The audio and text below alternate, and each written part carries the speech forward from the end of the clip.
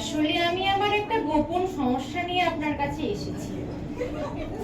গোপন সমস্যা? আপনি তো ভুল জায়গায় চলে এসেছেন।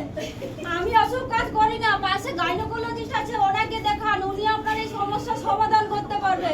আরে আরে ডক্টর, আমি ওইসব সমস্যা নয়। আসল কথা, আমার একটা মেয়ে আছে, আমি তার সেই সমস্যা নিয়েই এসেছি।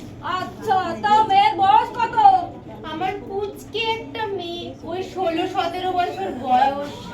আচ্ছা, ওই বয়স ওরও ভয় হয়, ঠিক হয়ে যাবে। আরে ডক্টর, আপনি ফোন টোন রেখে একটু আমার কথাটা ভালোভাবে শুনুন। বলুন না, ফোনটা রেখেই দিলাম। জানেন, আমার মেয়ে রাত্রে উঠে কাঁদে, আবার কখনো কখনো দেখি মাঝরাতে ঘরের দরজা বন্ধ করে চিৎকার করে হাসাহাসি করছে।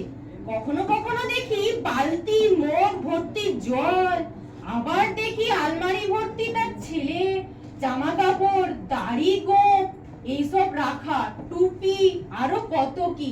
আমি যে এইসব দেখে কি যে করবো ওই মেয়েকে নিয়ে কিছুই বুঝতে পারছি না।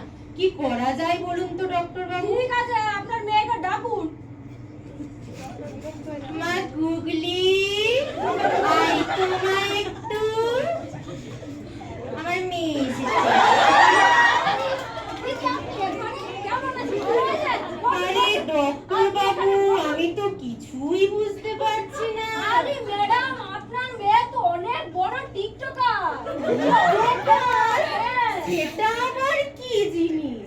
ওসব আপনি বুঝবেন না, আপনি বসুন বসুন বসুন আপনি। ম্যাডাম চলুন, আপনি আর আমি মিলে একটা ডুয়েট টিকটক করি।